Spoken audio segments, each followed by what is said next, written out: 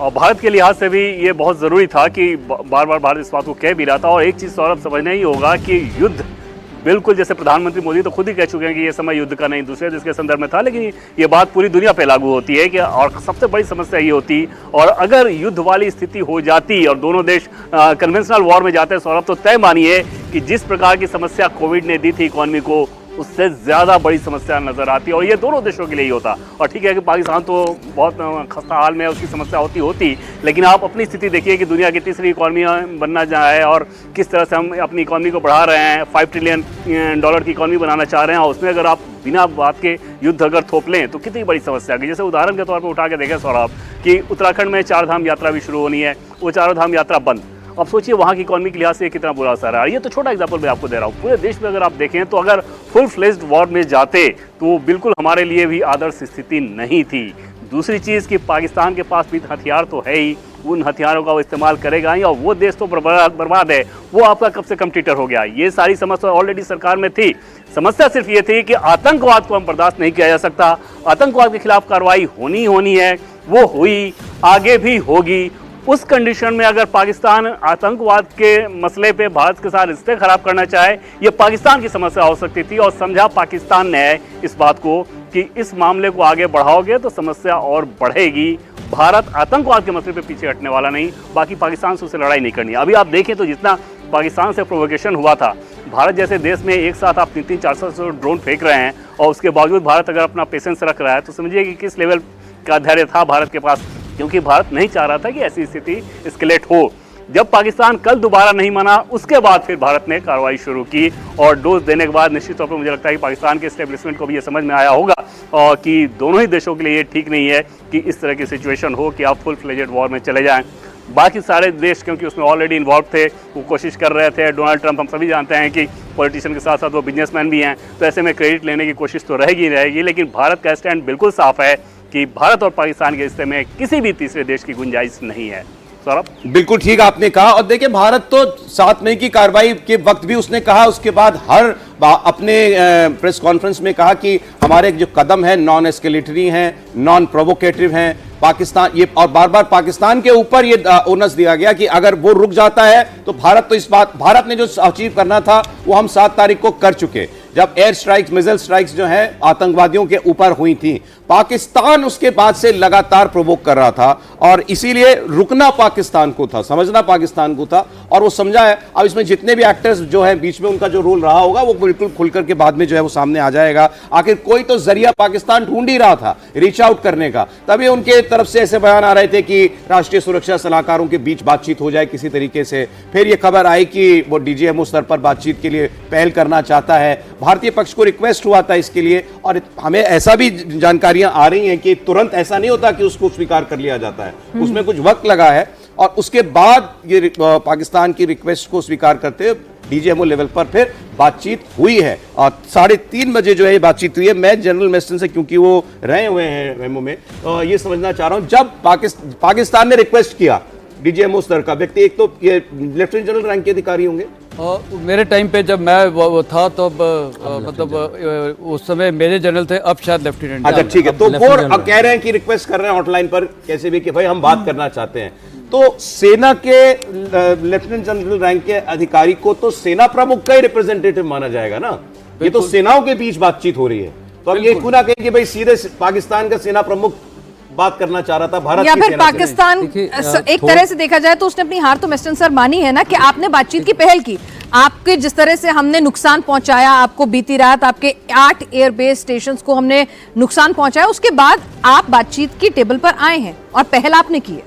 बिल्कुल, तो है ही है सर मेस्टन सर, वो तो है ही है। लेकिन पाकिस्तान को आपको समझना पड़ेगा, पावर सोर्स उनका सेना प्रमुख है, इसलिए जो भी पहल उधर से हो रही है वो पॉलिटिकल और मिलिट्री दोनों हो रही है। हमारी तरफ से सिर्फ मिलिट्री पहल। यही बात मैं समझना चाह रहा हूं, this is statement from army chief Pakistan. Absolutely, देखिए डीजीएमओ आर्मी चीफ से ही हुक्म लेता है, पहली बात। दूसरी बात, ये जो डायरेक्ट हॉटलाइन है, पहले फोन कौन करेगा? वही करेगा जो झुकेगा। झुकेगा कौन? जो कमजोर है, जो कमजोर हो चुका है। कमजोर कैसे हुआ है?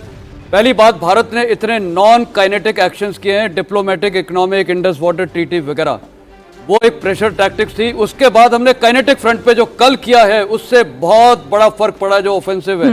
इसी के बाद पाकिस्तान पे प्रेशर पड़ा। और दूसरा, बैकडोर टॉक्स चल रही थी, अमेरिका वगैरह प्रेशर कर रहा था, लेकिन फाइनली उनकी जो ग्राउंड असेसमेंट आर्मी चीफ ने की है और उनके कोर कमांडर्स ने, उनको एक रियलाइज हुआ है कि हमारी अब शक्ति नहीं है लड़ने की। और भारत ने जिस दिन ग्राउंड ऑफेंसिव कर दिया, अभी तो ग्राउंड तो कुछ किया ही नहीं, हमने नेवी को कुछ किया नहीं है, तो हम तो बिल्कुल डामाडोल हो जाएंगे। और आज उनके रिटायर्ड एक एयर चीफ ने, एक एयर मार्शल ने भी बोला है कि वी कैन नॉट फाइट।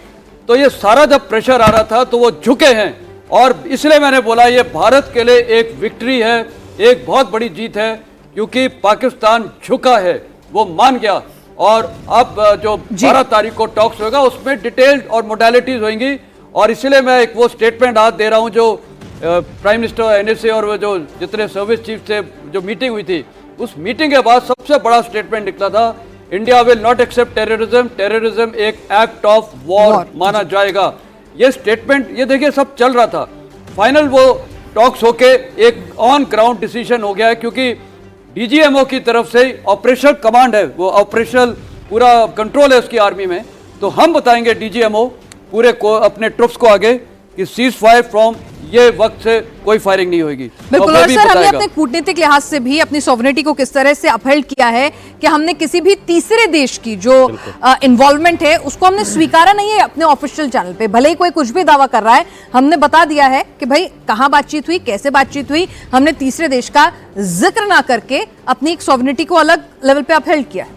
हमारे ग्रुप कैप्टन डीके पांडे साहब भी स्टूडियो में हमारे साथ हैं। सर, पाकिस्तान ने आखिरकार अपने हालात को देखते हुए, भारत की जवाबी कार्रवाई में भारत का रिजॉल्व देखते हुए ये तय की, इसको समझ में आया है कि ये मामला वो नहीं सस्टेन कर सकता लंबा, और बातचीत करने की पहल उसने की है, रिक्वेस्ट की, और उसके बाद अब सीज फायर हुआ है फाइनली। देखिए, ये निश्चित रूप से एक स्वागत योग्य फैसला है, लेकिन बहुत बड़ा लेकिन है कि उसके पहले जो एक्ट ऑफ वॉर का हमने तगमा पहनाया है टेररिज्म को, क्योंकि हमने पहले से डिफाइन किया हुआ है व्हाट इज हॉस्टाइल एक्ट। ये हमने बहुत क्लियरली डिफाइन किया हुआ, हमारे यूनियन वॉर बुक में लिखा हुआ है। जैसे कि मैं एग्जांपल दे रहा हूँ कि इंडियन एयर स्पेस जो है वो उसका डिफेंड करेगा इंडियन एयरफोर्स, बहुत क्लियरली डिफाइंड है। Same way hostile acts have been defined. अब जो उसमें एक्ट ऑफ वॉर के श्रेणी में टेररिज्म को रखा गया, इसके पहले नहीं था। सेनाएं अगर एक्ट करती तो किस हिसाब से करती, उनको इस प्रकार का कोई डायरेक्ट हुक्म नहीं था कि टेररिज्म के खिलाफ आप अटैक करिए, आक्रमण करिए, कोई इस प्रकार का आप प्लान करिए। इवन जो हमारी प्लानिंग होती थी, एनालिसिस होते थे, हम टेररिज्म को कोई स्थान नहीं देते थे। जब अब स्पेसिफिक इंस्ट्रक्शन आया है, रादर हमारा जो रिएक्शन है एयरफोर्स का या बाकी सेनाओं का, वो मिलिट्री एक्शन पाकिस्तान से हुआ तब हुआ है। उसके पहले जो है सारे कूटनीतिक पटल पर ही सब काम हो रहे थे। और जहां तक बात है कूटनीति के ऊपर, ये अमेरिका जरूर इसका श्रेय ले रहा है, लेकिन इसका श्रेय भारत को देना चाहिए। जिस प्रकार से हमने विश्व में सभी शक्तियों के साथ लगातार अपने संबंध बना के रखे और उनको बताया कि क्या चल रहा है और क्यों है, और हमारा उद्देश्य एक रहा है कि हम चाहते थे आतंकवाद को समूल नष्ट करें। और हमारे जो जितने ऑफेंसिव एक्शंस हुए उसमें भी हमने प्रिसाइज टारगेट्स पर अटैक किया है। तो हमारी कथनी और करनी दोनों में समानता रही। जहां तक बात है पाकिस्तान ने जो अटैक किया, अगर वो अटैक नहीं करता और वो कुछ और उसके वजह करता कूटनीतिक तौर पर या राजनीतिक तौर पर अपने देश में, तो शायद इतनी हानि नहीं होती जितना हुआ। अब वो शर्मिंदगी का सामना उसको करना पड़ेगा, क्योंकि निश्चित रूप से उसकी तरफ से पहल हुई है। लेकिन मुझे लग रहा है कि एक वहाँ के मुल्ला मुनीर जो है, वहाँ के आर्मी चीफ जो है, वो क्या मुंह दिखाएंगे अपनी फौज के बीच में और आवाम के बीच में, क्योंकि ये सब कुछ उकसाया हुआ कराधारा उन्हीं का था। एक बार फिर से अपने दर्शकों को इस वक्त की जो बड़ी खबर है वो बता दें।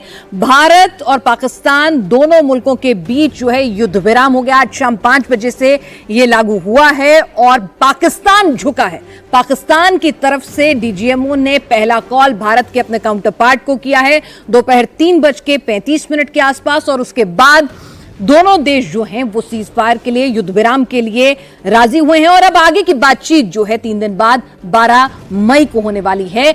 अमेरिकी प्रेसिडेंट ने सबसे पहले सोशल मीडिया एक्स पर इसकी जानकारी दी और अमेरिका ने इसका श्रेय लेने की कोशिश की कि उनकी इन्वॉल्वमेंट रही है, दोनों देशों के अधिकारियों से बातचीत की है। लेकिन भारत ने जो अपनी तरफ से ऑफिशियली स्टेटमेंट रिलीज की है उसमें कहीं भी तीसरे मुल्क का जिक्र नहीं किया है। तो भारत ने साफ साफ बता दिया है, ना तो कोई तीसरी जगह होगी बातचीत की, ना ही कोई तीसरा मुल्क हम दोनों देशों के मामले में बोलेगा। के लिए भारत ने कोई हामी नहीं भरी है कि किसी तीसरे देश में जाकर के बातचीत हम पाकिस्तान से करेंगे।